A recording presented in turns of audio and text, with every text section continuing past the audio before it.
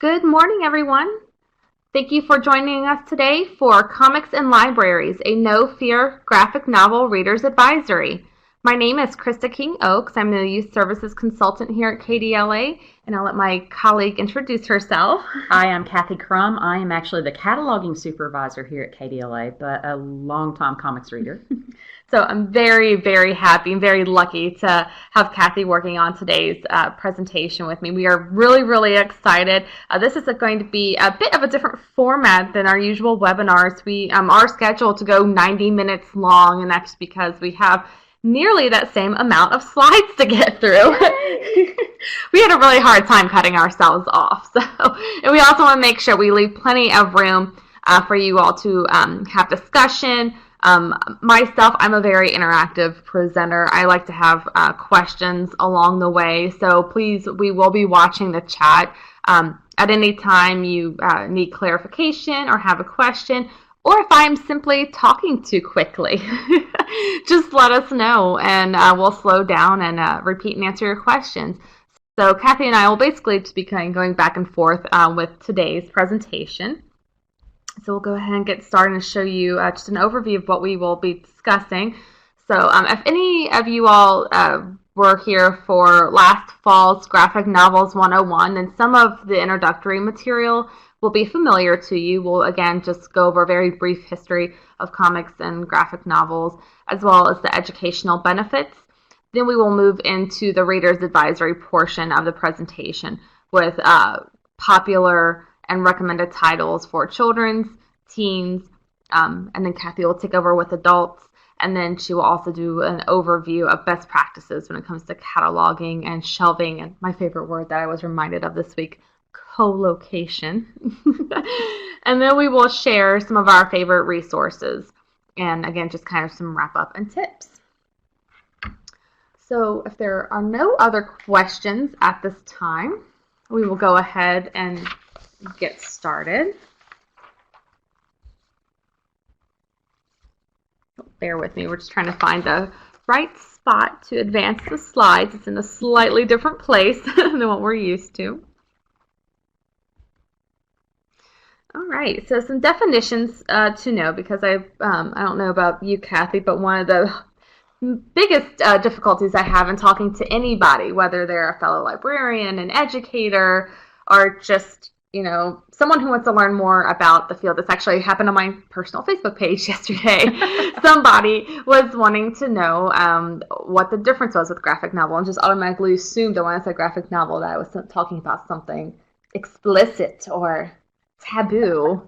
Kathy's over here giggling at me. So we always like to share some of these definitions right up front. A comic, most people will think, why can't you just say comics or a comic book? So a comic strip, which is the very first kind of evolution of this artistic format in the written word, it's just a short sequence of panels. They're typically one page or less. And then from there, you have the comic book. So that's serialized, kind of think of a TV show, episodes of a TV show. So we collect everything together into a one serialized sequence, and it appears in a magazine-sized booklet. It tells just one short story or one part of a longer story in each issue.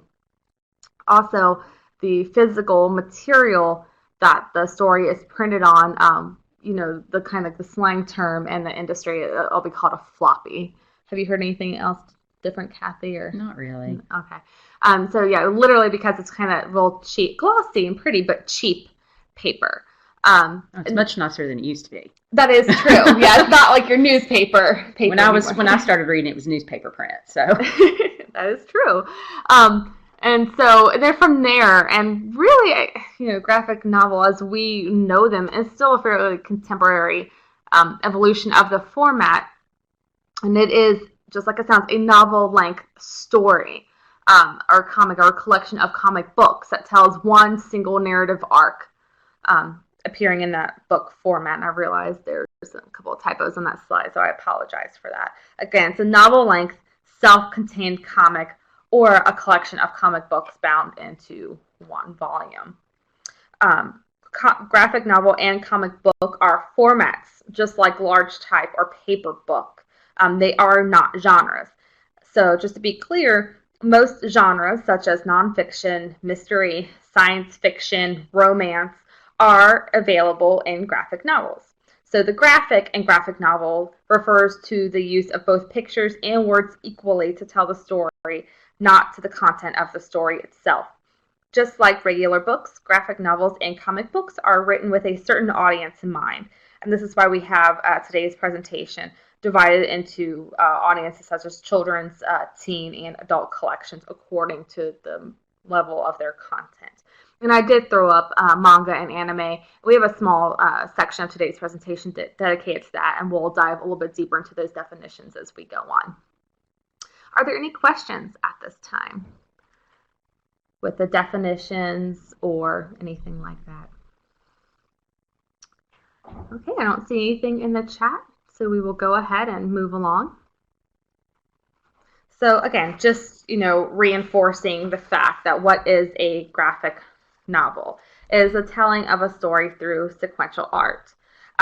There's a really fantastic guide that I will refer to again later in the presentation, published by Random House. It's called the Random House Children's Book Teacher's Guide, Graphic Novels Educator Guide. They have a very great way of summarizing this. Simply, graphic novels are a logical extension of the comic book. They tell a story using pictures and sequence, panels, speech balloons, and other conventions of the comic book form and format. The key difference between illustrated picture books and graphic novels are generally longer and have a more developed narrative than picture books. Additionally, they differ from illustrated chapter books because the illustrations are an integral component of the story. Graphic novels might serve as bridges between picture books and illustrated chapter books, or even between chapter books and traditional novels. If our technology was working accurately, you would have seen a slide that had some animation loaded onto it. And the basic point of what I want to convey with this, I had some images of the original primitive cave paintings from the beginning of time, and then going through illuminated scrolls and religious texts up until the real boom of the modern newspaper industry during the Victorian times, and up until what we have today with what we recognize as contemporary comic panels. And I just wanted to kind of point out that that is something that's been going on literally since the dawn of time, since humans could communicate. Humans, before they had the capacity for spoken communication, I think that's what I want to say, through the spoken word, they communicated through visual narrative storytelling, through graphics and through images. And so, really, this is almost like the longest form of communication known to the history of humankind. And what I really, really, really love, and this was quite serendipitous as Kathy and I were finishing up our presentation over the weekend, wouldn't you know it, the current edition of The New Yorker featured a phenomenal interview with our new Librarian of Congress, Carla Hayden. There's her picture there. If you would like to look it up, I highly recommend it. The name of the article is called The Librarian of Congress and the Greatness of Humility. And she's just kind of the crux of the article is she's walking this reporter through the Librarian of Congress, and he's just kind of like marveling at what's going on, but he kind of tries to drill down and say, the average person, what should they know about the Library of Congress? What's kind of a cool nugget of trivia? So here's a small excerpt from the article. She said, I asked if there was anything in the library's collection that people might love to explore but not know about. Oh, yes. Oh, my goodness, yes, she said, like the comic book collection. It's the largest in the world. She described the depth of knowledge among the librarians. You'll say, I'd like to see the original Luke Cage because of the TV show. And then they tell you, Luke Cage first appeared in this comic, and they just keep going. So if it wasn't already on your bucket list, I don't know about you, I am dying to get to the Library of Congress, and I would love to check that out. And again, I just really like that not only are we in like a new renaissance or new golden age of comics and graphic novels, but now we're getting even a greater visibility through someone as powerful as our Carla Hayden, our new Librarian of Congress. So it's really quite neat to see where the field goes from there. And this kind of point that she makes referencing the connection to pop culture and something that can kind of bring everyone together, that's something that we'll be talking about a lot throughout our presentation today. So again, I just kind of wanted to reference back. When we say graphic, we are talking about not the content, but the format, and graphic as in the graphic arts. You might have people even among your own library staff who are trained graphic artists, and they might be working on your marketing material. But another popular career option is that in visual storytelling. And so again, these are kind of like the key elements to pay attention to when evaluating a high quality graphic novel, and something to even consider if maybe you're part of a group that does book reviews, not just focusing on the plot of the story, but also doing a review of these various elements. So paying attention to color, are there certain motifs or something you can see repeated throughout the story that focuses on using maybe a specific color. Some graphic novels are only done in black and white, some are done in full color, some in a mix. Following the lines, and I'll talk again about more about this as we get into talking about visual literacy, the line composition, really understanding how the story flows, because sometimes it's not necessarily a traditional left to right reading of the page. The frames or the panels, speech balloons, and as you can see in this graphic here on the screen, this is an image from the graphic novel Habibi by Craig Thompson, who's also the author of the seminal kind of canonical work at this point called Blankets. You can see that the speech bubbles may not necessarily fall on the page with the characters as you think of them. The use of white space. So it's not only necessarily about taking up as much illustrated space on the physical layout as possible, but the interaction of that art and of that text to the amount of white space is something to be considered. Just like we would with evaluating a really good picture book, what is the artist or illustrator, what type of tools and what kind of medium are they working at, and as well the artistic style. Those are all key elements to consider when reviewing graphic novels. This is just a quick list of the major publishers. Many of them, if you're just watching TV or just kind of know what's going on pop culture, or even if you're just walking down the aisles of your local Walmart or Target, you're probably going to be pretty familiar with the biggest players, Marvel and DC. They are just really kind of I'm trying to think of the right word I don't want to because like consumer juggernauts at this point. They pretty really much. Yeah, they're into branding and commercializing their material in as many aspects as possible. And then you've got some other subsidiaries of them, and then a few that are just kind of more well known specifically within the book selling or library community. But this is a great place to kind of start if you're brand new to collecting this type of material for your library. The last three there on the list, Fantagraphics, Kodansha, and Viz, those are primarily publishers of manga and Eastern kind of material. And see, I might let Kathy go ahead and take over a little bit with this. Oh, shoot, sorry, we advanced there a little too quickly. Okay. Well, some of the big things about here is there are graphic novels for all ages, and some of them could be for the same characters. So here are some examples of different age levels these are all for Batman. So we have some titles that are more appropriate for your younger children, more like the illustrated storybooks. Then you've got things that are more appropriate for your teens, the Earth One Batman, and then Batman and Robin here. And then the last set are a couple of titles that are more appropriate for adults, depending on the content.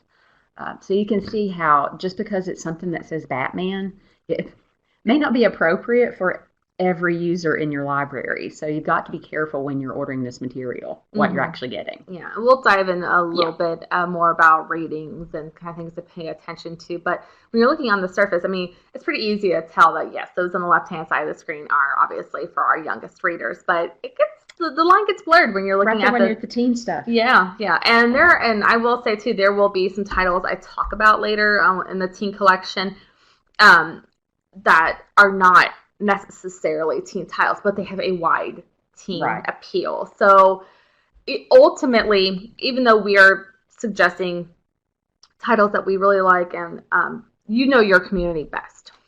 So if there is any discrepancy at all, I think it's safe to say just go ahead and place them in the adult collection, because ultimately you're not going to stop. Teens are going to find what they want to find. They're going to find what they want. And we do not act in the place of parents. We are not in a school. We cannot prevent, unless you have a specific local policy, but even best practice still indicates that we are not in the place of censoring or preventing our teens from checking out certain types of material. So just again, kind of pay attention. This is what we always advise, is that it's best to, if you are going to start collecting this type of material for your library, to try and kind of identify somebody on the staff to work with your collection development staff who may just, have a fondness for this type of material, and then they can kind of help you decipher where is best to put the material in your collection. Sorry, it's the long and short of it. Are there any questions about that at this time? And again, just one final reminder, graphic does not mean explicit content. Many comics and graphic novels emphasize drama, adventure, character development, striking visuals, politics, romance, or even laugh out loud comedy material. So, again, the art form has really, really evolved, and graphic novels usually have a much higher production value than the typical kind of old-fashioned comics. So they are their own unique formats. It is up to you whether or not you want to call them graphic novels or comics in your library, and how you market them to your patrons. So I do see a few people typing, so I'll give them a few seconds to get their thoughts in before we move on to the next small portion of our slide. I'll talk about the history of graphic novels and the educational benefits. Kathy, is there anything else coming to mind as we transition into this next part of our presentation? Not so much yet, but I will pop in maybe. Yeah. I see Ricky mentioned we found a few, true, I guess, so referencing back to the true that the graphic does not mean explicit, but we have found a few that were more graphic than some of our younger patrons needed to see, LOL. So yeah, exactly. So and again, that is something we'll talk about when we talk about shelving and arrangement. Yes. So absolutely. And again, so I'm a big advocate of having a team approach to this. Just like there is no way you can read every single book in your library, you can't read every graphic novel. But I do think because of the nuance of this format, it does help to try and have as many eyes as possible on the material as it comes into your library. So with that, this is just kind of a very, very brief history. And when I say brief, I'm talking like contemporary, probably past 40, 50 years, really. Most comic historians agree that the first real graphic novel, was Will Eisner's A Contract with God and Other Tenement Stories, published in 1978. Decidedly adult in its images, themes, and language, Eisner's books spoke to the generations that had first grown up with superhero comics in the 1940s and 50s. Underground comics artists like Harvey Pekar and R. Crumb inspired the early graphic novelists. Comics, by the way, and actually it's something you can't see, but you might notice this once you start diving into the literature and the professional literature on the format. COMIX is an alternate spelling of comics that deliberately differentiated these early artists from the respectable comics code obeying mainstream comic books. So kind of during the 50s and 60s, just when the modern film industry was first undergoing its establishment of its rating system, they were doing a very similar thing to comic books at that time. And it started getting very political, and people were like burning and banning comic books. And so there was this whole literal comics code enforcement. That could be a whole topic for another Yeah, presentation a in whole time. presentation on that. That's something I'm very interested in. Myself, I actually did a research project in high school about that. But it actually almost destroyed the superhero. It really did. Comic because of, well, that and horror comics, all of that due to this. Yes, absolutely. So you kind of have like this big first age of it during World War II, and then the kind of boom generation after that. Then it died out for a while and didn't really kind of pick up steam again until the late 70s, early 80s. So later, many people ended up getting their start going back to the big two, Marvel and DC, drawing and writing superheroes like the Fantastic Four and X-Men.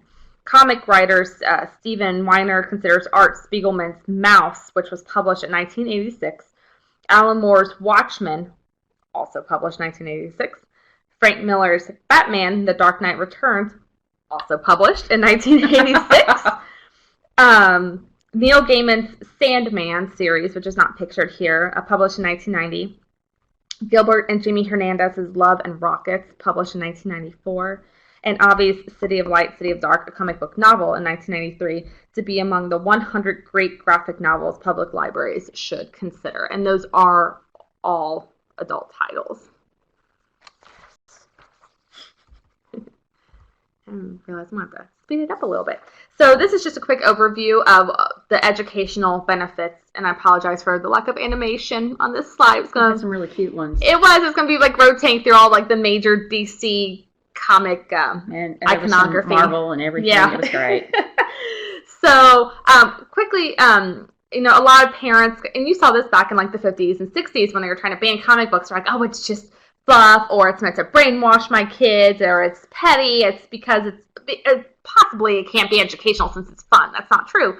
Graphic novels, comics offer a great entryway, or what we said, that bridge between kind of more sophisticated prose-only text, and they're a great entry point for reluctant readers. They build vocabulary, which helps children, again, learn to read and write. Again, there are multiple types of literacies, and we're really starting to see this bust through in the children's services world when we talk about media mentorship and digital literacy. Comics and graphics really help aid the development of visual literacy, and really helps to kind of tie everything together and how we want children and adults to comprehend the written word. It really works a lot to bring together critical thinking skills when they're having to do like those, I call them the mental gymnastics between the text on the page as well as the art that they are seeing. Yeah, I have a story from just my background. Longtime comic reader. And I learned a lot of vocabulary from comics, especially I learned about what it means for a law to be rescinded from a Superman comic. Oh, wow. So I think there's a lot of educational stuff in there, not just, zapping aliens and stuff, but, Yeah, absolutely. Sorry, I just noticed that there was a question in the chat that I didn't see earlier. I apologize for that. It was asked, where can you find a list of those 100 great graphic novels? That's a great question. I should have linked to that. So Glenda has linked to a list from Wizard. Yeah, so there's lots of everyone has an opinion. Has theirs. Everyone has their own opinion. That specific list I cited, I can send that out back later. There's a couple of books that are kind of considered to be classics in the exploration of graphic novels. One, there's a nonfiction book by Scott McCloud. Understanding Comics. I have one at home. Yeah, and then we do have some wrap-up slides at the end of some resources we have here at KDLA that have some lists as well. So we'll get to that later on. But thank you, Jillian and Glenda, for the great questions. Yes, folks are definitely opinionated, especially us librarians, right? So I love this. This was just a funny, again, if the animation worked, you would have seen Sheldon's book getting snatched away to where he was actually reading a comic book. So does having read the novelization of the latest superhero movie count as having read a book? How about a graphic novel based on a line of toys? And the answer is yes. Emphatically yes.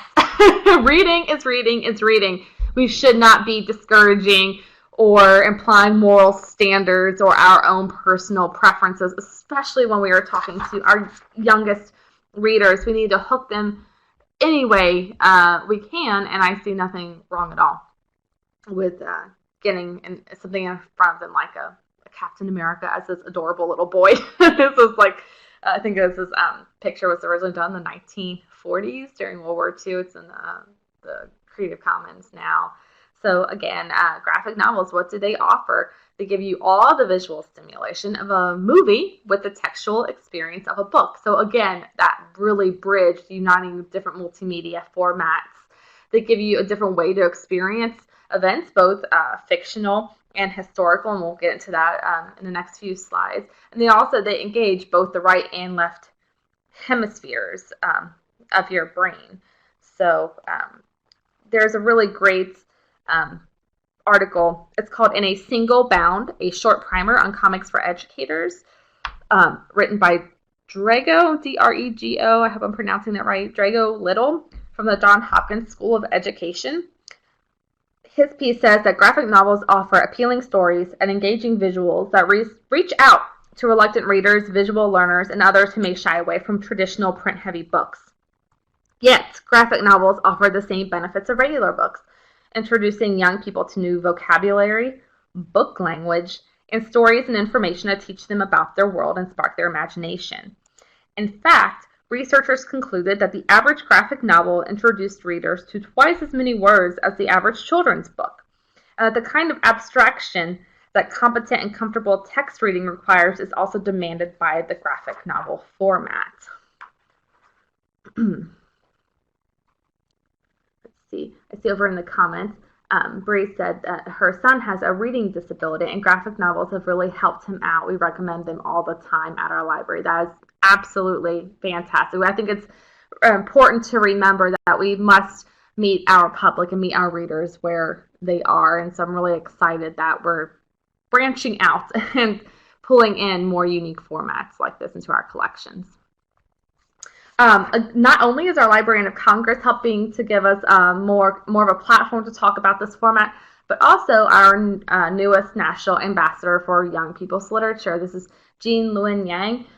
He was also awarded a 2016 MacArthur Genius Grant. He is the author of a book you might already know, American Born Chinese, and a twin text called Boxers Saints. He has this brand new program that he's really promoting, and it's called, oh, sorry, my slides were a little bit out of touch there. Let me go back. I'll go back to those other slides. Again, pardon us in our technical difficulties this morning. Whoop. So this is his new campaign, an initiative called Reading Without Walls, and you can actually go to a website. If you just Google this, it's the website, and again, I'll share this out in a later email, CBC Books. It's the Children's Book Council, cbcbooks.org/reading-without-walls. It challenges and encourages readers to explore books of diverse voices, genres, and formats. The challenge has 3 rules. Read a book to meet someone new who doesn't look or live like you. Read to learn about a topic you don't know much about, like science or math or some other aspect of world history. Or lastly, the third and final rule, read in a format you are not used to. And this is a great way to promote graphic novels and comics. So I encourage you to print off this poster and promote the challenge in your own library. You can share the challenge on social media. Take a photo of the book or books that you encourage your kids to read or they check out, and post it on Twitter or Instagram with the hashtag Reading Without Walls. And thank you to Kathy there for putting the link into our text. So again, main points to kind of try and bring together is that comics really do have a long and proud history, and they are finally kind of getting their due. You'll see there are some images of the latest winners.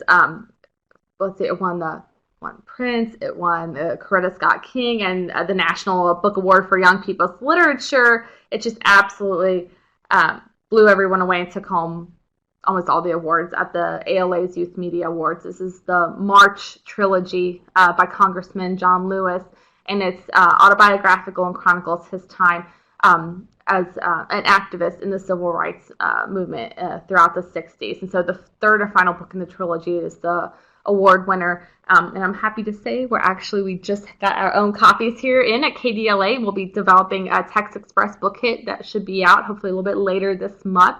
So kind of be on the lookout. Actually, more like March. More like, oh yeah, I'm sorry. I already think it's March, so that's how far ahead I am. I'm like, this is still February. So, and then there's a really other great project that I came across. There is a recent conference in Chicago sponsored by the ALA called Project Welcome that was providing resources for libraries to handle refugee and immigrant populations in their community.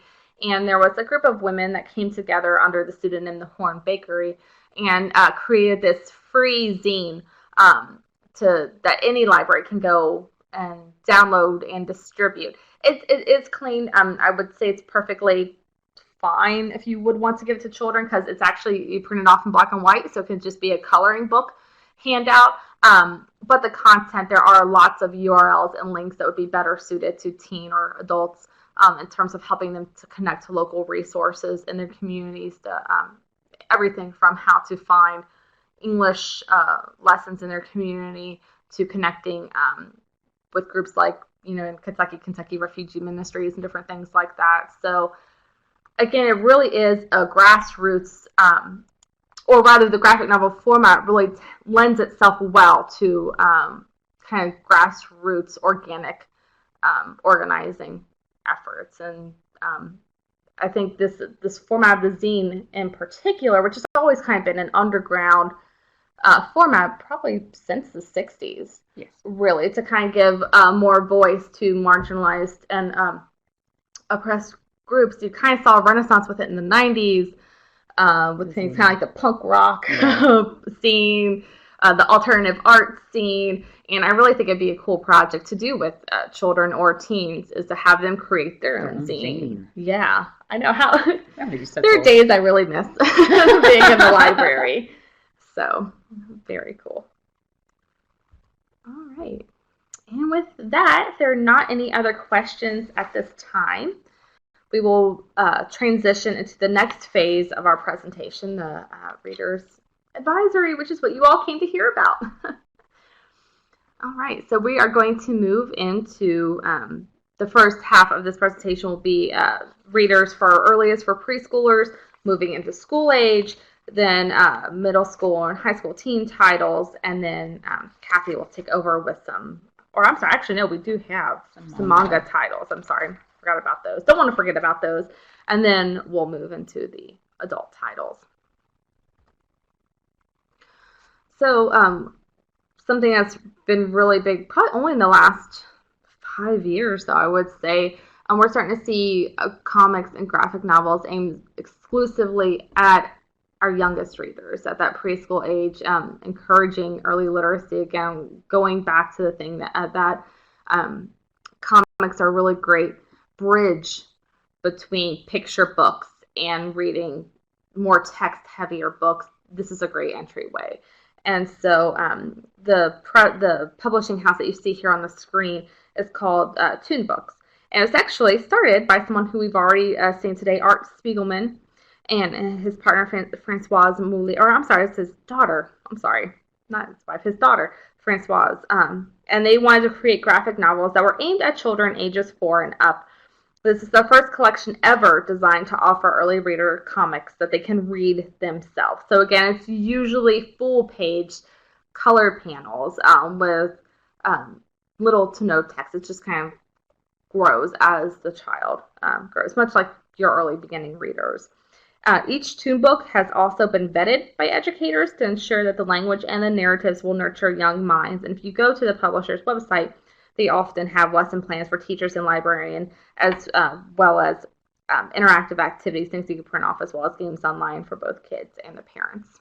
So a real, again, multimedia type format. Bree said the TOON books are doing great in their collection. Fantastic. We love to hear that. And if anybody else has any recommendations, if they see some new publishers coming on board that are kind of doing similar things, let us know about it.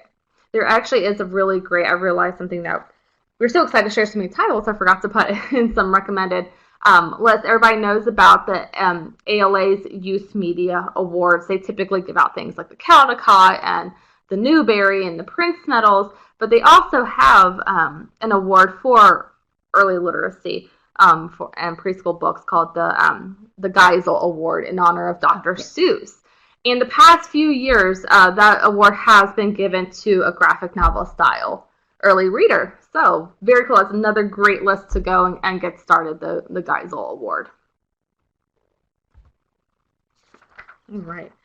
And I'll kind of just go through these quickly. There's this other series here called Phonics and Comics. And again, you see like the numbers on them. They're going to look a little bit more. So Phonics and Comics, My First Graphic Novel, are two different series that will more closely resemble traditional beginning readers. That, again, they're just more text heavy, but they will look more like a traditional comic book and are the same size as well. And then we move into everybody's favorite school-age shot. I think even adults like Kathy's are clapping, like, love it, love Baby Mouse. Everybody loves Baby Mouse.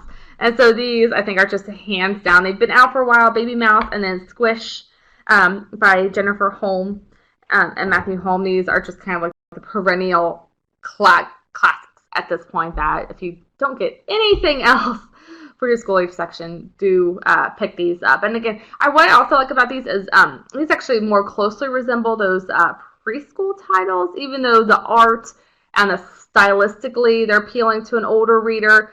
The text is very low level, and I think it's a really great entry point. Did you say you were reading those with your little one? No, but I think we're going to. Oh, getting ready to. That's right. And how old is she? What grade is she in? She's in second grade. Second grade. So yeah, it's really kind of perfect first through third grade book, especially for those reluctant readers. So traditionally, and I don't even usually like to say, I don't like to assign gender roles to our books, but traditionally Baby Mouse is more popular with girls, and Squish is more popular, and it is attempting to be a boy-friendly series. Although I don't think it's any secret that there is kind of a movement underway to have more representation with girls and just other different voices in comics that are so stereotypically male-oriented, at least in the traditional sense. Here are just some different popular titles based off of TV shows that, over the last 10 years, Power Rangers, they're actually going to do a live action film of that. I saw the preview for it, and it looks really good. It's a little scary. I just have flashbacks to my little sister chucking the toys at my head. She always wanted to play Power Rangers, so I'd rather watch My Little Ponies or Adventure Time. Pokemon's never gonna die.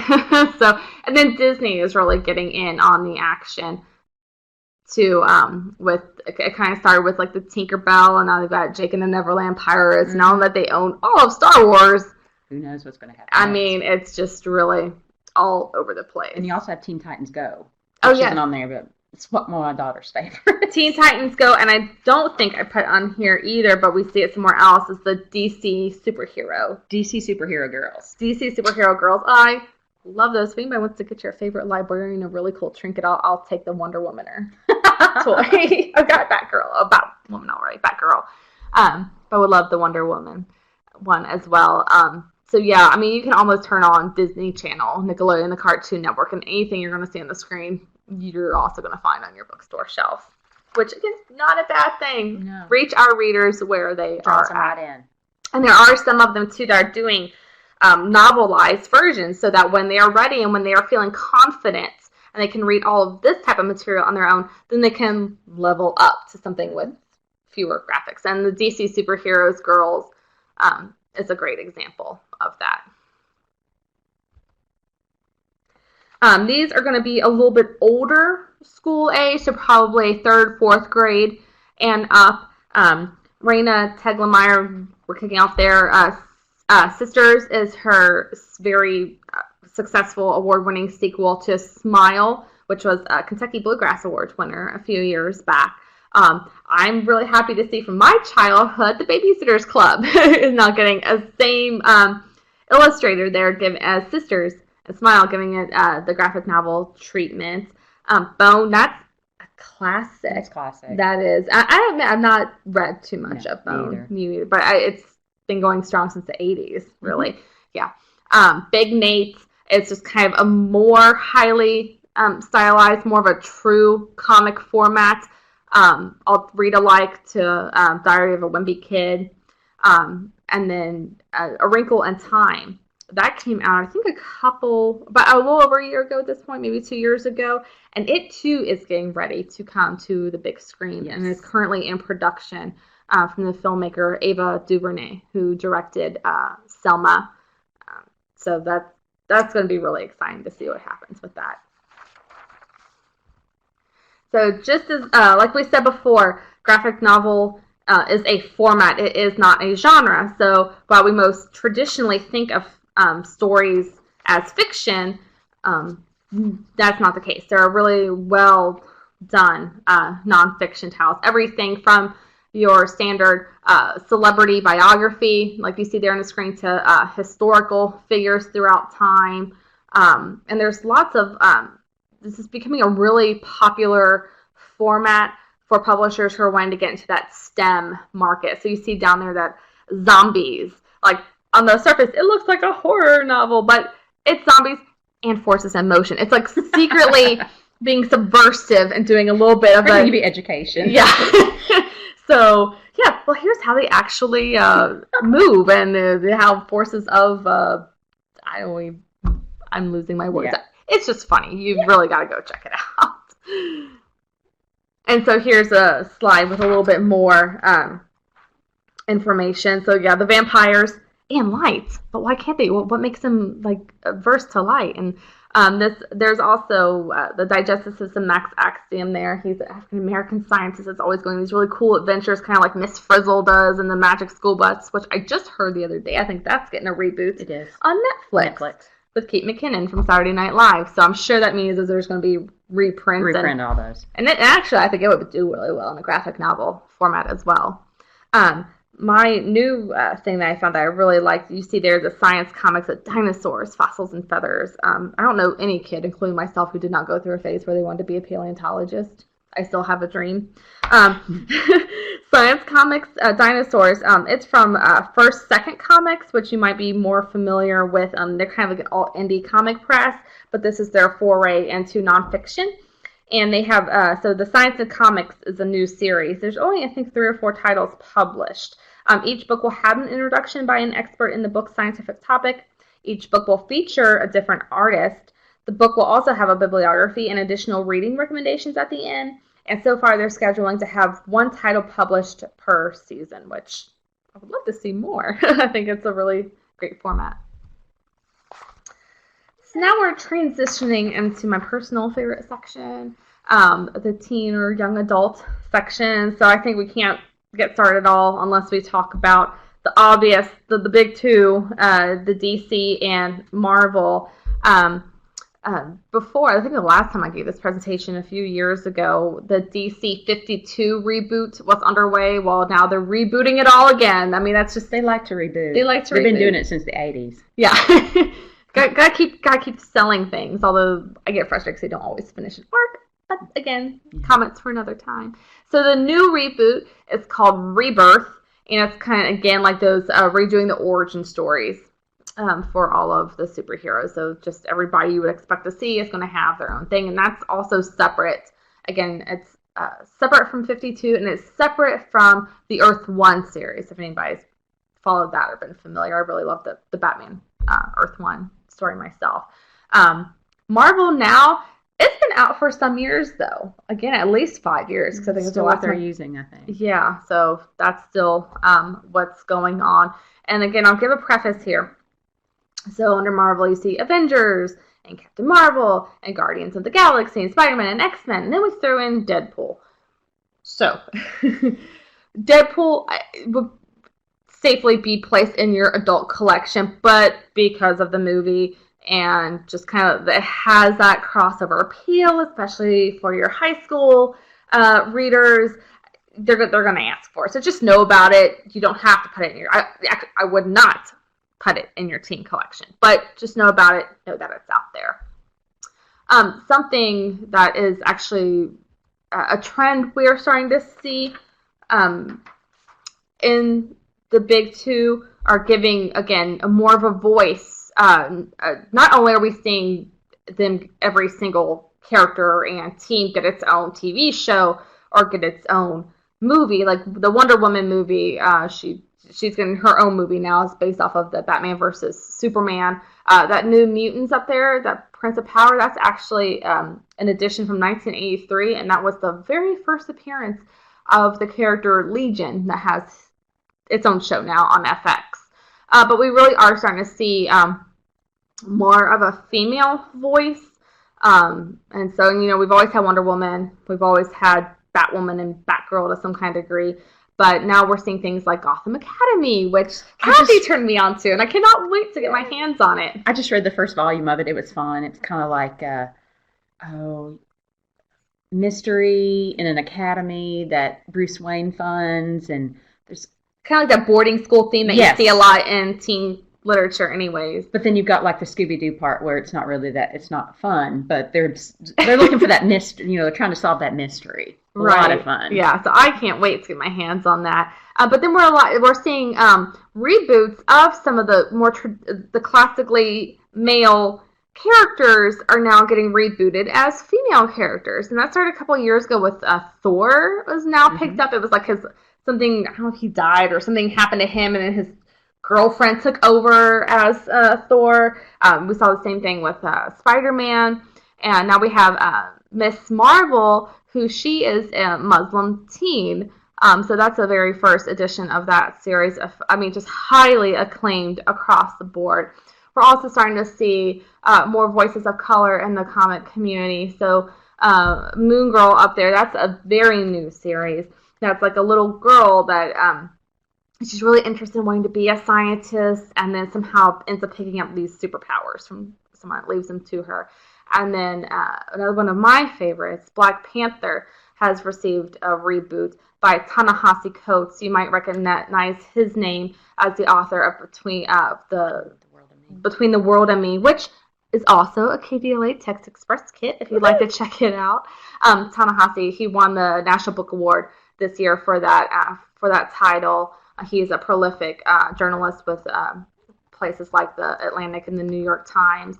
And I've heard that the next series of Black Panther is going to be co-written between him as well as Roxane Gay, who's a very popular author in the feminist community.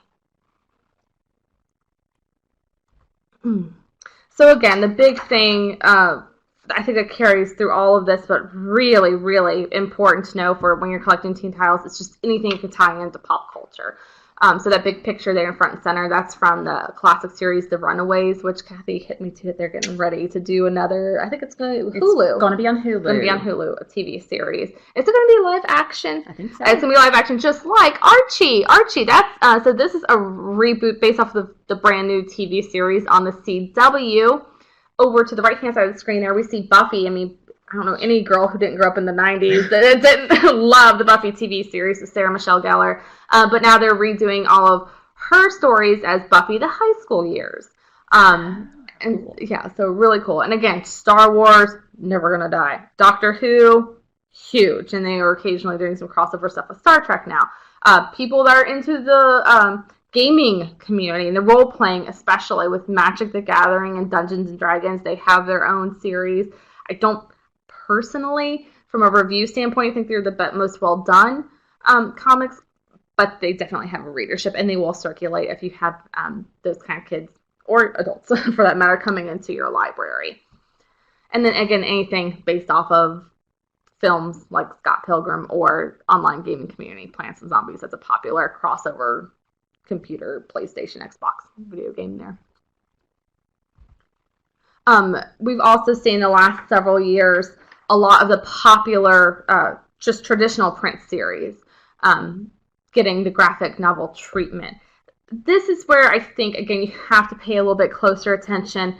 You don't necessarily want to go off of the big reviews that you're seeing in places like School Library Journal or whatever. I mean, just because they're there doesn't necessarily mean you want to buy them. I think it's important to know about them, but I think you also kind of, if you can get a hold of an early copy, or also really check closely what's still circulating well in your library. There are series that are done better than others.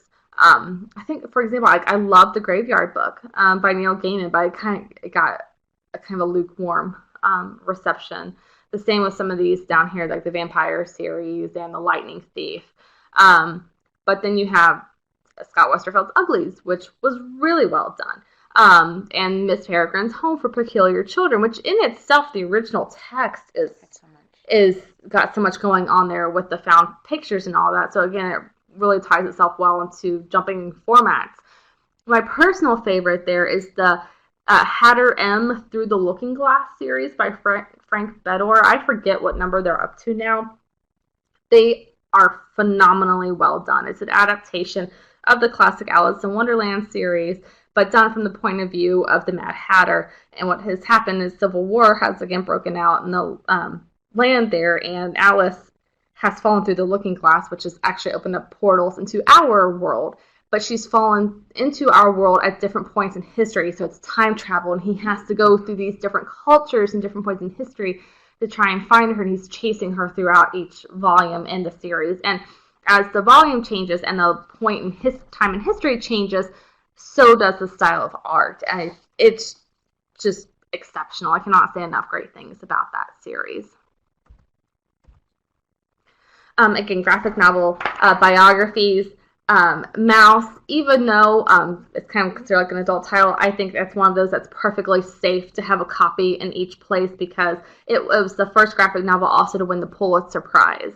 And it's interesting because it's autobiographical, and it's the recorded story of the author's father and his recollections from their family being in Nazi internment camps.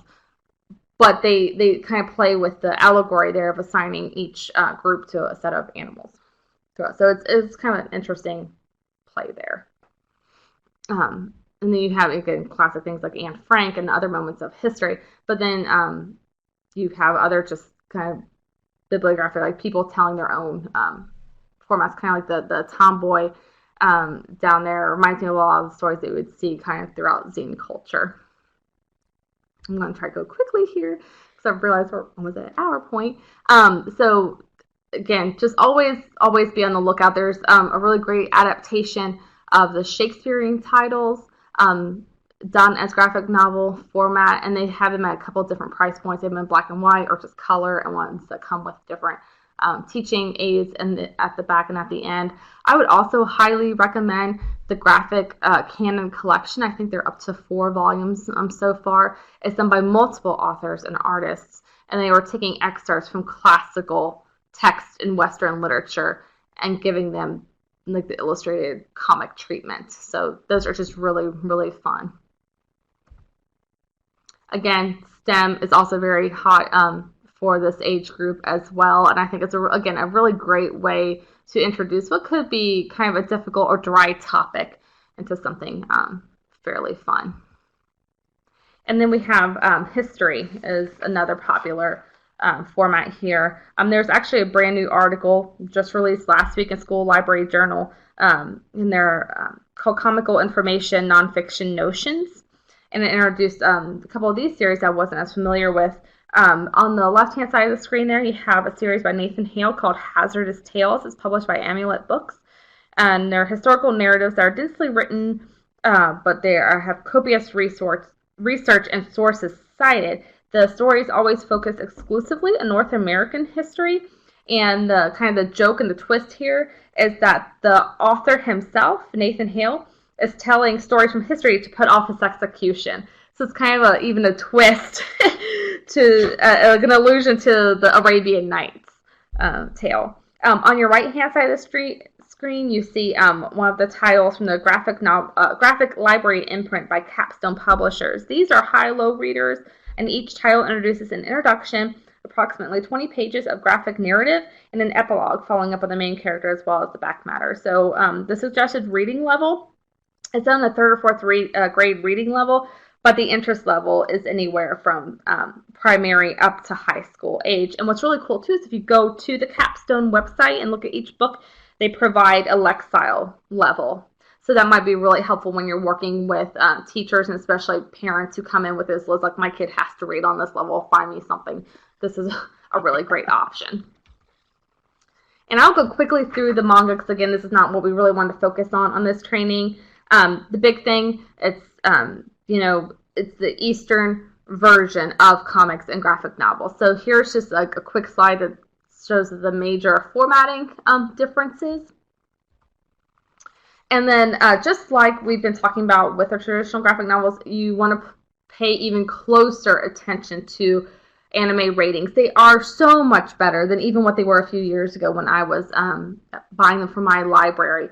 But the ratings are culturally relevant. So what might be considered appropriate for like youth or teens in some countries like Japan or Korea where the format's really popular, it could very easily be considered mature 18 plus over here in the US. So just know your publisher. Each publisher has kind of done a really good job of adapting and providing their own American or Western rating system. So just kind of know that and be on the lookout for that. One of my favorites rating guides is from Yen Press. So if you go to www.yenpress.com/manga-rating-guide/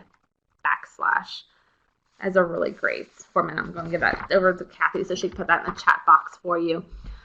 Manga and anime are different. Manga, I would say manga. I realize it's probably kind of like a hillbilly way of saying it. Manga or manga. In Kentucky, that's how you say it. Manga or manga. You'll hear it both ways. That is the actual book, whereas anime is the TV and film. You will often see them being done interchangeably, but they're not interchangeable. However, most manga is evolved from a popular TV or film anime series. So again, just something to be known about.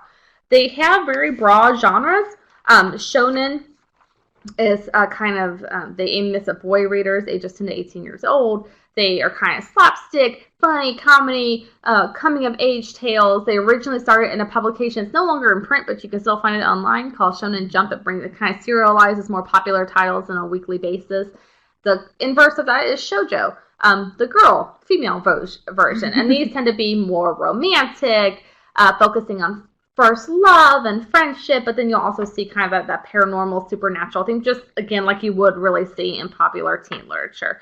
And the online publication version of that is Shoujo Beat.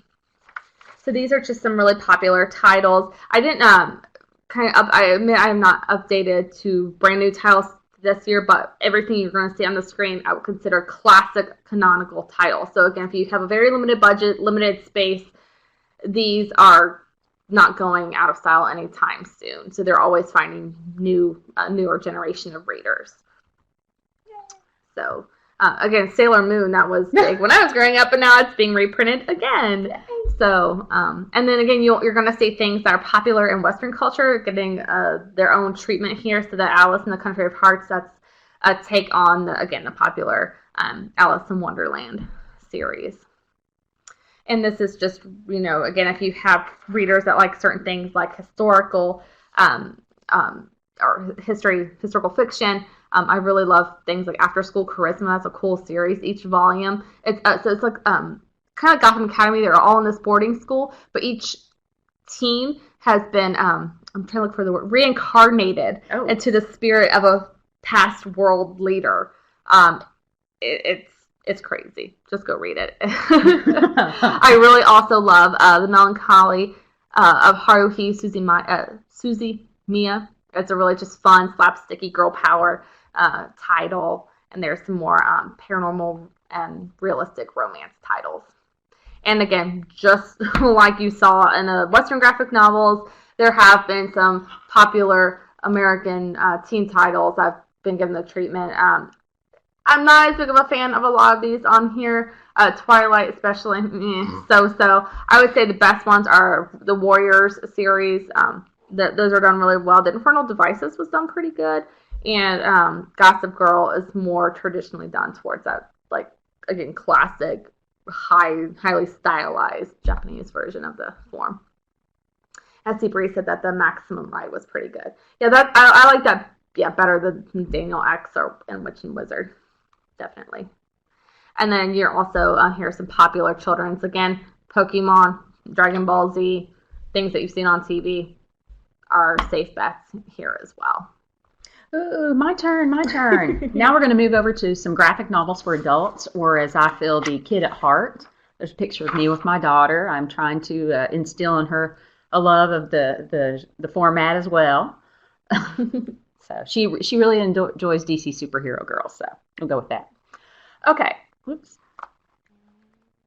All right. Graphic novels for adults have the same educational benefits as those for children and teens. The combination of picture and text leads to better comprehension for struggling or reluctant readers. The illustrations offer clues for comprehension for non-English speakers as well.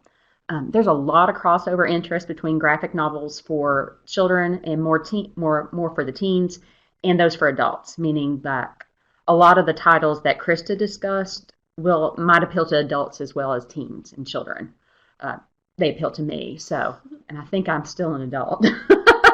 But the biggest difference between the adult titles and especially the teen titles is obviously the use of mature themes and subject matter. This is why you really need to have a separate adult graphic novel collection in a different location. For the next several slides, I'm going to hit on a few of the genre and titles that may appeal to adults or older teens. And there are many other titles out there, so we're just going to give a good start here. All right, we're going to go with my favorite, superheroes. Some of these are classics that you should definitely consider, especially with the extreme popularity of superhero movies and television shows. I'm going to try to hit the ones that kind of hit that. And you're going to hear a couple of names frequently, and that would be Frank Miller and Alan Moore, since a lot of their works revolutionized comics and graphic novels. So, the first here is Daredevil, Born Again by Frank Miller, and this is really good with a choice because of the popularity of the Netflix series Daredevil. And now that Doctor Strange has made his film appearance, you can also consider Doctor Strange and Doctor Doom: Tragedy and Triumph. One of my personal favorites is Marvels. This is a story of the Marvel Universe told from a normal person's perspective, in this case a news photographer. Got a couple of X-Men titles. We have X-Men God Loves, Man Kills, which is the inspiration for X2 X-Men United movie. And then we have also X-Men Days of Future Past, which is the inspiration for the movie of the same name. Last we have Wolverine Old Man Logan, which is the inspiration for the latest Wolverine movie that comes out on March the 3rd. Looks very interesting. And now we've got some DC titles. Kingdom Come takes place in the future, and it shows the clash between the older classic heroes and the next generation of heroes. Saga of Swamp Thing by Alan Moore explores what it means to be human through the life of a scientist turned swamp being. So, there you go. DC New Frontiers reimagines the Justice League in the 50s and in the Cold War, and there's an animated film version of this one that's really, really good. I've seen it and own it. And lastly, we've got Flashpoint with The Flash, which kind of delves into alternate histories and timelines. And this is a really great one because the current season of the Flash TV show is kind of based on this story. And you might be thinking, what about Superman and Batman? So anyway, in honor of last year's Batman versus Superman movie, which I didn't think was that bad. So don't judge. I liked it too. I thought it was really good. Yeah. Don't judge. So we've got some Superman and Batman graphic novels. The first big one is Batman: The Dark Knight Returns by Frank Miller. This is Batman comes out of retirement. He takes out his enemies with extreme brutal force. And this helped to create the whole dark age of comics from the 1980s. He influenced a whole generation of comic creators with this one graphic novel. Okay, and next we have Batman Year One, also by Frank Miller. This looks at Batman's early years, and it's the inspiration for the movie Batman Begins. There's also Arkham Academy. Movies. It is the best. It was the best. And then you have Arkham Asylum by Grant Morrison. That's a good one too. Next is Batman: The Killing Joke, which is another Alan Moore title. And it's just horribly disturbing to me because the Joker shoots and paralyzes Barbara Gordon, aka Batgirl, just to drive her father, Commissioner Gordon, kind of crazy. Horribly, horribly disturbing. But we got Oracle. Yeah. We got the character of Oracle out of it, which was really neat. My last choice is Batman The Long Halloween, which is another story set in Batman's early years, and it concerns a serial killer that only kills on holidays. So now for Superman, we've got Superman Whatever Happened to the Man of Tomorrow. This is by Alan Moore, and it's not like your typical Alan Moore, but it's really cool. It's got art by the definitive Superman artist from the 50s through the 70s, Kurt Swan, in his last major work with Superman. It's an imaginary tale of Superman's last stand against Lex Luthor and Brainiac and pays homage to the entire Silver Age of Superman. So it's really neat.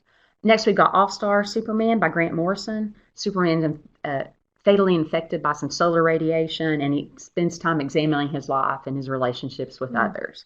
In a neat departure, we have Superman Red Sun. Superman's ship lands in the Soviet Union instead of Kansas, and then he becomes their national hero.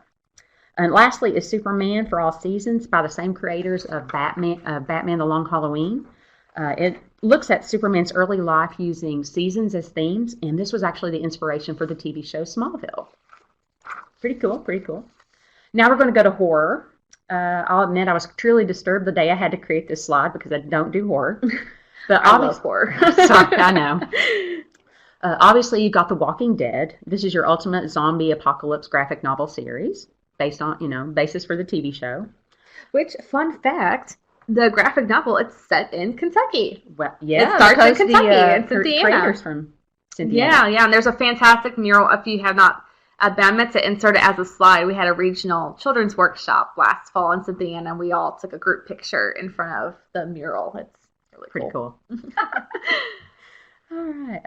But if vampires are a thing, you got the classic 30 Days of Night. Vampires attack Alaska during their sunless days, which has got to be like the vampires' dream come true. There's a movie adaptation of this one. You got Through the Woods, collection of horror short stories. There's Severed, which is a young boy who runs away to find his biological father, and he encounters this traveling salesman that likes to eat children. I can only imagine. If you want some extremely unsettling, disgusting horror, this is what I've heard. I haven't read it. I haven't either. Check out the works of Junji Ito. And I've included his work, Geo, The Death Stench Creeps, which includes this horrible death stench and diseases, and this couple being chased by fish with crab legs. Thanks. That's my nightmare feeling. I know, right now. Yeah.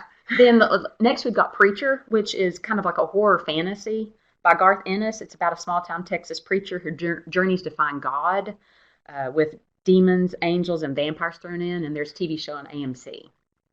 Oh. And coming in May, this is not out yet, but coming in May from Boom Studios is Destroyer, which is a combination of the Mary Shelley Frankenstein story and the tragedies that have inspired the Black Lives Matter movement. It's written by horror writer Victor LaValle. In Destroyer, a young black boy is killed by police, and his scientist mother, who's the last surviving member of the Frankenstein family, attempts to find a way to bring him back. It's actually a continuation of the Frankenstein novel because the original monster shows back up too. Pretty cool. Okay. Science fiction and fantasy. This is one of my favorites too. We're going to start with Elf Quest, which began in 1978. And it's one of the earliest graphic novel series. It follows the adventures of elves going on a quest, hence the name, Elf Quest, to find their homeland. It's been written and illustrated by the same creator since 1978. So you're going to get a consistent story through the whole thing. Next is Neil Gaiman's Sandman, which tells the story of Morpheus, the Lord of the Dreams. It's a mixture of dark fantasy, horror, a lot of stuff. And it was a cult success for DC Comics. Still very, very popular today. Day Tripper is about this obituary writer, Braz, who experiences different chapters of his life, and he dies at the end of each chapter only to be reborn to experience life again. So it's a really interesting look at death and the importance of living life to the fullest. Fables, classic fairy tales, characters are reimagined in modern society. If you've got fans of the TV show Once Upon a Time, this may be a series that they enjoy. And nobody stole from each other when making these. Right. All the creators have discussed this, and nobody stole anything when making both of these. That's interesting. Okay, Saga is the story of a couple on opposite sides of vast interplanetary war who fall in love, and they have a daughter, and they try to find a place where they can have a safe place to raise their child. And then last we have Y, the Last Man, in which a planet-wide plague kills almost every male on the planet, leaving Yorick, or Y, as the last living male on a post-apocalyptic Earth. So some pretty good titles there in series. Okay, we got some biographical fiction and memoirs. Silence of Our Friends is a New York Times best-selling semi-autobiographical look at the civil rights era in Texas through the eyes of the author, Mark Long. Palestine is a view of the people of Palestine via interviews done by journalist Joe Sacco. It gives the reader a first-hand look at the Middle Eastern conflict. And just a warning, it has a lot of graphic images due to the nature of the content. So just a little warning there. In American Splendor, Harvey Pekar chronicled the everyday aspects of his life. And there's a movie adaptation of this one starring Paul Giamatti. In New York Times bestseller Marbles is about the author Ellen Forney and her personal struggle with bipolar disorder. And then we've got David Small's Stitches, which chronicles the author's childhood medical issues and medical practices of the 1940s and 50s. And this was a National Book Award finalist and a New York Times bestseller. So some pretty good titles there. Okay, next we've got some general fiction titles, also called modern drama, and one of the resources I used. You might also classify this as titles about relationships. You've got the classic series Terry Moore's Strangers in Paradise, which appeals to people who don't read comics, and it explores the relationships between Kachu, Francine, and David. So 3 20-somethings in the 1980s about this point. So, in The Sculptor by Scott McCloud, also the author of Understanding Comics. This is an actual graphic novel of his. This artist, David Smith, makes a deal with death for unlimited sculpting ability in exchange for David's death in 200 days. Unfortunately, he can't decide what to sculpt, and then he meets the love of his life. Of course he does. Which, really complicates the short time that he has left. And this was also a New York Times bestseller. In Ghost World, we meet Rebecca and Enid, two codependent friends and living in a post-high school world. And there's a movie adaptation with this one starring a very young Scarlett Johansson. We've got Shortcomings, which is an examination of race, racial identity, and relationships through the life of the main character, Ben. And then in The Property, Mika travels with her grandmother to Warsaw due to a property dispute and discovers there's a lot more about her grandparents' story than she had ever known. Pretty cool. And we've got some book adaptations. You've got Jim Butcher's Dresden Files. There's also several books by Stephen King, The Stand, The Gunslinger, The Dark Tower. This would be really good to have because they've got the movie coming out. I think it's either this year or the beginning of next year. Yeah. With Idris Elba. Yes. Yes, there's The Gunslinger. Yes. Matthew McConaughey's in it too, so you know. Okay, there's also adaptations of Robert Jordan's long-running Wheel of Time series. Game of Thrones, you've got Octavia E. Butler's classic time travel story Kindred, and also Shirley Jackson's The Lottery. Okay, graphic novels at the movies. Graphic novels are prime targets for movie adaptations because you've got a built-in fan base, and there's already a storyline that's there. Mm-hmm. So here's just some of the popular ones. I don't always... anyway, these are the popular ones. Feel free to add yours in the chat. Yeah, exactly. These are just ones that some people consider the popular ones. You've got 300 by Frank Miller, which is his version of the Battle of Thermopylae. You've got Frank Miller's Sin City, which is a noir crime comic series. You also got Akira, which is a cyberpunk story set in a dystopian future. And the anime adaptation of this one is thought to have set the standard for modern anime.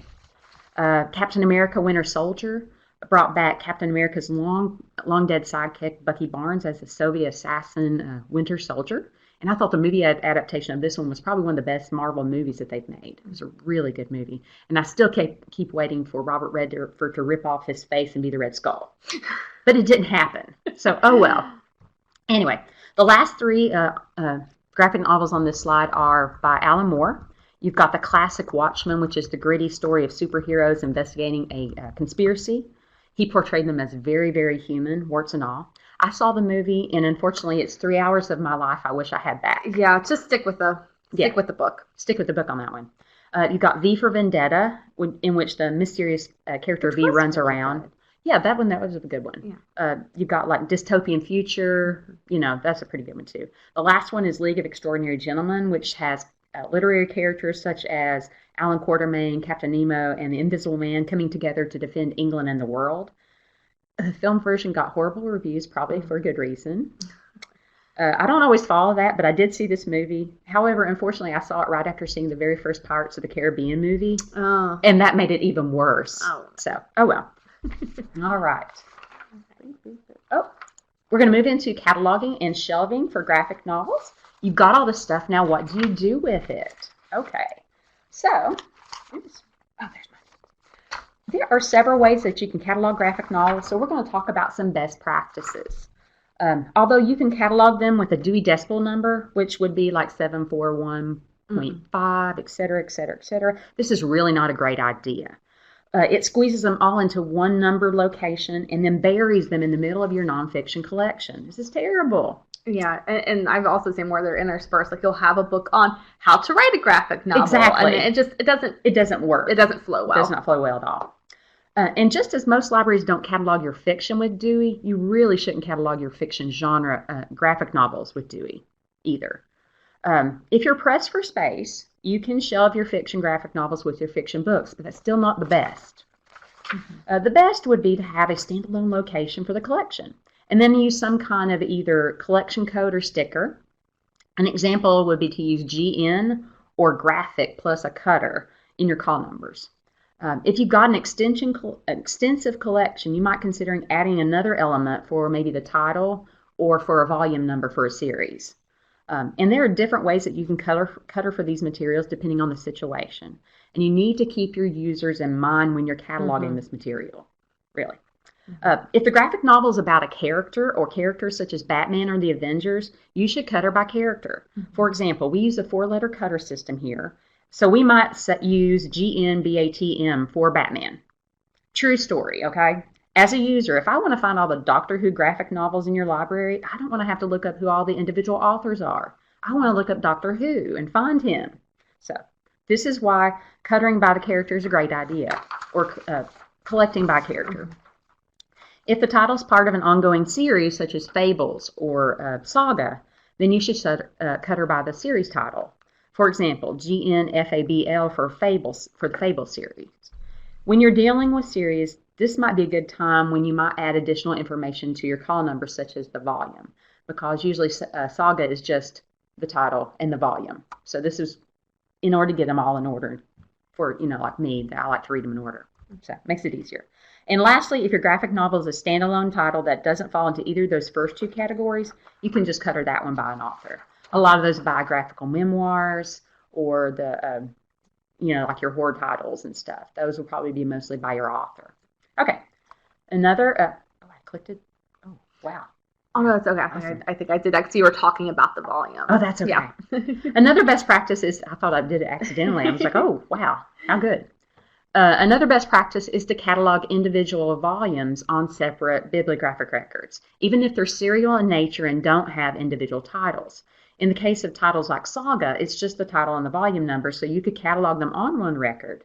But that makes it so much more difficult for your patrons and your staff members to place holds on the right volume if they're all lumped together on the same record. If you have separate records for each volumes, it also gives you a chance to put some more detailed information about the individual volumes, such as, this is a compilation of these issues of this certain series. You can have that information. It also gives you a chance to put some better subject headings and a really good summary of your... Yeah, it looks like there was a question in the chat. Okay, here we go. How do you decide which character to catalog under when there are multiple characters, such as, you did the Batman and Superman. Mm-hmm. Well, you've got to decide for yourself what you want to do. You can use seniority of the character or who comes first. Mm-hmm. Probably the easiest is catalog it under the character that's named first. So like the Batman versus, I think there's a Batman and Superman series. Mm-hmm. There was at least one when I was still reading. Mm-hmm. And in that case, I would put it under Batman because he's named first. Mm-hmm. And Batman's better. That's true. Batman's better. All right, I'm going to switch to Krista now to talk a little bit about shelving. All right. So this is where I want to talk about, Kathy's already talked about a lot, and I'll just reinforce what she said is co-location. So, again, you do not want to throw all of your graphic novels together because, again, they have their own distinct content and ages. So you would want to take books that are geared towards your children's audiences and put them together, but within your children's collection. The same with the teen, and then the same with the adult. And it's something I hear a lot of the time. But what about if they want something like the Walking Dead? Again, the teens, the readers, they're going to find them regardless of what you do. So don't let that be your driving force, or don't try to self-censor. Just again, keep the reader in mind. I like to often say the bookstore model in mind. So put things geared towards the audience, and then, like Kathy was saying, by the character. So I've got some really great pictures here. I love this. Yes, this is, I want a big shout out to Tammy Blackwell at Marshall County. She had seen that this was coming up, and she was like, how about I send you some pictures? I'm like, that would be so helpful. So thank you, Tammy. This is how the comics and graphic novels are shelved at Marshall County. And you can see this is a really economical option. They just take those popular fold-out canvas crates there, and they put on their own signs and stickers, again, according to the group. So there you have Batman. You see, okay, a group, the Avengers. They have multiple characters, but they're all grouped under that one name. And then some other ones here, then they just go alphabetical by that. So anything that's Ant-Man through Aquaman is in one container. And then you'll see up here, they kind of have like your larger oversized ones on the shelf above, again with a very clearly a large identifying character label with the smaller pieces underneath. That is a wonderful idea. I love it. Yeah. All right. So we realize we're quickly running out of time. We are going to go through this next section as fast as we can. Oh, yes, we can. We can do this. And again, you will get the slides sent out with your certificates. So no fear. No fear. And we'll hang out past the regular cutoff time of 11:30 to answer more questions. So let's see. Oh, sorry. I thought Kathy was going first. I'm like, oh, wait, this is me. I'll take over. So, sources for selection. If you don't have a whole lot of time, or you're just now getting started, go towards your typical vendors where you buy the rest of your books from. Both Baker and Taylor and Ingram have fantastic guides now in their own. They can make up trucks for you on just graphic novels. Amazon.com is now kind of my go-to to see what is coming out each week and what's selling really well. I realized I forgot to update this slide. It makes me so sad. The New York Times used to publish their own graphic novel bestsellers list. They now got rid of that. But I jokingly said I needed to write a letter as a new subscriber telling them bring that back, because they're getting a lot of heat from the publishing community for that. School Library Journal and Publishers Weekly also has best of lists, as well as those ALA Youth Media Awards list. And this on the right hand side, a No Flying No Ties, it's a website and blog created by a fellow librarian where she kind of pulls all these sources together. And I highly recommend make friends if you are in an area that has a comic book shop. Mm-hmm. These people, they were indispensable to me at the time when I was leading our selection team when I worked up in Northern Kentucky. They actually gave me for free this huge, beautiful, glossy magazine called Previews Comics.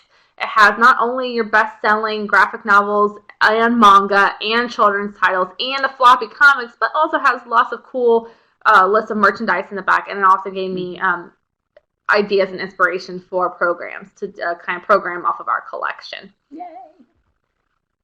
These are just some blogs to follow. IO9, they're part of the Gawker community of blogs, but they're kind of one of the more well-heeled, really reputable and respectable sites of that whole chain. And they're all about science fiction. So they do everything from books to the latest movie coming out. So I would often follow that to get the advance word of, oh, okay, this movie's getting ready to come out. That means I need to go back and fill in the holes in my title and collection. DC Women Kicking Ass and the Mary Sue are really cool sites that look at comics and graphic novels through the lens of women's history and feminism. And then again, over there on the right-hand side of the screen are going to be some blogs and websites that are more kid and youth-friendly, as well as great sources for manga. And I think these are just some more website recommendations. Kathy put these in Goodreads. It has some great lists for adult graphic novel titles, as well as I think the second one has some really good suggestions for like placement and arranging too. Perfect. And then this was that source that I talked about at the very beginning of the show from Random House. And again, they are free to download and print off. Highly recommend those. All right. Oh, it's me again. Novelist is a great source for some more graphic novel suggestions. They have recommended reading lists for graphic novels for adults, for teens, and kids 9 through 12. And here's just an example of the adults. And then Kentucky Libraries Unbound, KLU. It's a great source. They actually have digital graphic novels for a variety of ages, and it's available to all consortium members. This is where I discovered Gotham Academy. I'm so excited. And if you go to search, advanced search, and then click on the drop down, you can choose comic and graphic books as a subject. And it pulls up everything they have in KLU that have that subject heading. So, quick way. Here's just some print graphic novel resources that I used when creating my portion of this presentation. The first two were the most helpful and most entertaining. The third option, the graphic novels core collection, is like 1,300 pages long. It's very overwhelming, but it's got everything. And then the read-on graphic novels is it's reading lists for different tastes, hence the name. But it's really helpful with read-alikes and appeal factors. You can check our catalog for professional titles that you can ILL. And these are just some of the example. The two Library and Guides to Graphic Novels by David Searche were really helpful because they not only give you titles, they're a bit dated now, but they give you titles, but they also give you background information on the format itself, the history. They give you some suggestions for acquisitions, some great stuff for cataloging and for processing. And the last example is Wonderfully Wordless, which is available through KLU, Kentucky Libraries Unbound. And this is a good resource for parents and teachers who love graphic storytelling and recognize the value of these exceptional books. So it's a really good source. And here's just a few other titles.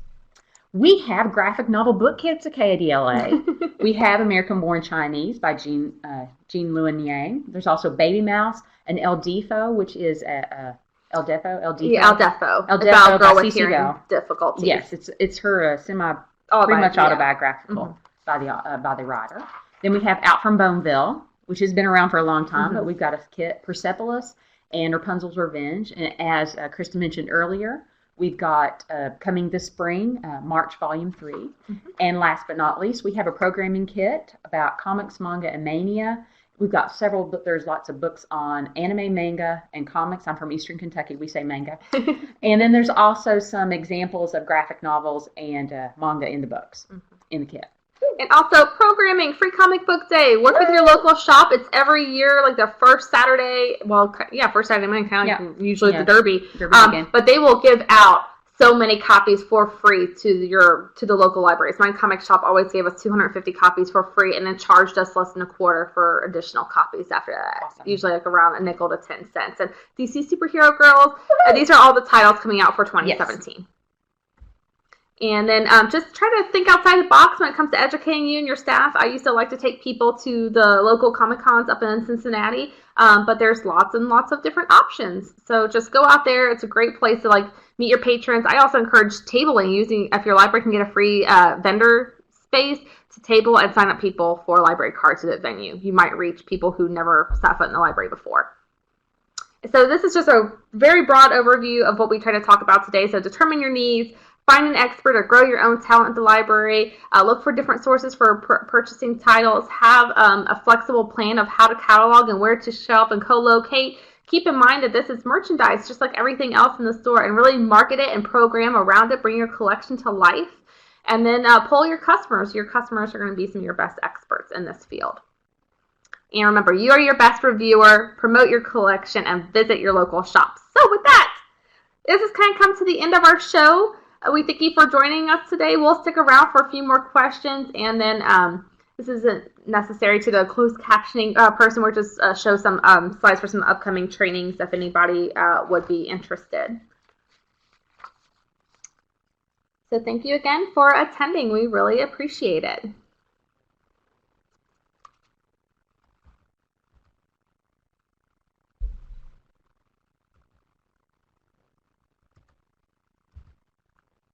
So for those of you still on the line, just remember you can visit Kayak a listserv. That's a listserv dedicated to those who work with children and teens in the library, but we have lots of other ones dedicated to technology and to adult services. To find out more how to join those listservs, sign up at kdla.ky.gov. There is a really cool book list sponsored webinar coming up next month about the newest graphic novel titles, and it's going to have representatives from First Second Comics and DC. So mark your calendars. You can register for that at Book List Webinars. And then for those youth people still on the line, we have a really great month-long series of webinars by the nationally renowned Sarosh Go team. It's called Conversations Around Early Literacy.